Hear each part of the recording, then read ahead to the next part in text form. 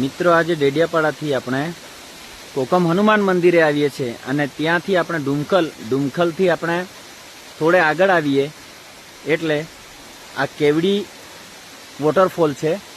એ જે એની હાઈટ તમે જોશો એની હાઈટ 100 મીટર વધારે હશે અને જે લોકોને લોકેશન ખબર છે એ લોકો આવે છે। બાકી અહીંયા તમે આ એક મસ્ત એવા એના પથ્થરોથી માંડીને આખી આબોહવાનું અલગ જ છે મિત્રો। આ જો આ એના આખા પથ્થરો અલગ છે, ધોધ એટલે ઉપરથી પડે છે પણ લોકોને એનું લોકેશન ખબર નથી અને જેના કારણે મિત્રો લોકો અહીંયા પર્યટકો ઓછા પ્રમાણમાં આવે છે।